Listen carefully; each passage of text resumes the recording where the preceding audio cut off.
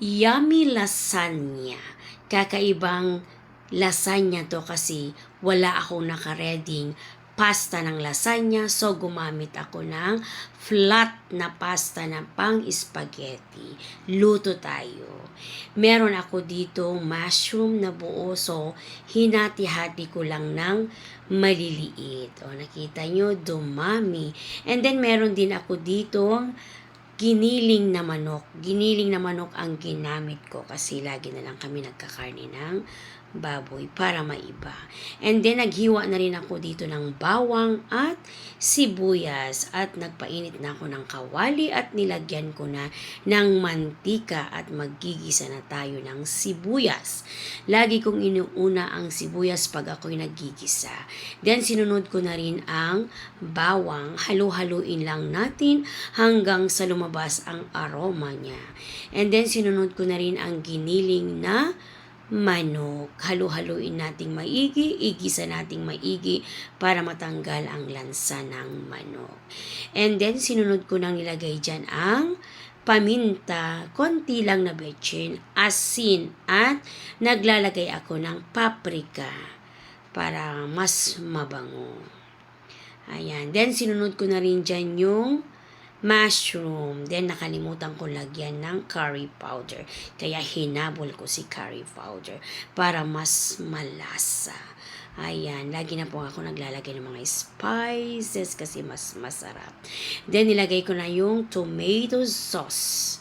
Ayan. Spaghetti sauce pala. Sorry. And then, tinubigan ko talaga kasi sayang kailangan nating simutin. O, ayan na. Tapos na ang ating red sauce. Yummy. And then, nagpakulo na ako dyan ng mainit na tubig. Nilagyan ko na dyan ng asin at mantika. And then, sinunod ko na rin ang ating pasta. Ayan yung pasta, flat siya. And then, pagkaluto, nilagyan ko yan ng mantika para hindi sila magdikit-dikit. At lutuin naman natin ang ating white sauce. Gumamit ako ng 1/4 na cup ng butter. Ayan, 1/4 yan pag ito'y natunaw. And then, 1/4 din po na cups ng flour. So, 1/4 and 1/4 para tama. Then, unti-unti natin ilalagay yung flour. Then, continuous yung paghalo natin para hindi siya mamuo. Take note, tuloy-tuloy. And then, naglagay na ako dyan ng gatas. Pwedeng fresh milk, pwedeng iba. Pero akong ginamit ko is powder. 3 powder ang ginamit ko. Yung sachet na maliliit. Ayan. Then, 3 maliliit na basong tubig. Ayan. O, yan. Halo-halo.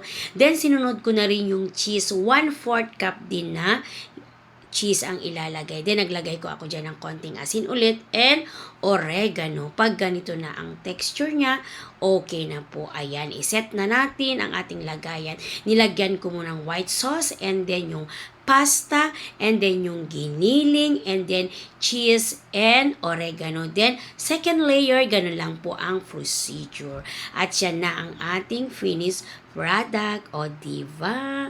Ang ganda-ganda. Dinamihan ko ng cheese at oregano sa pangalawang layer, yung pinakataas na.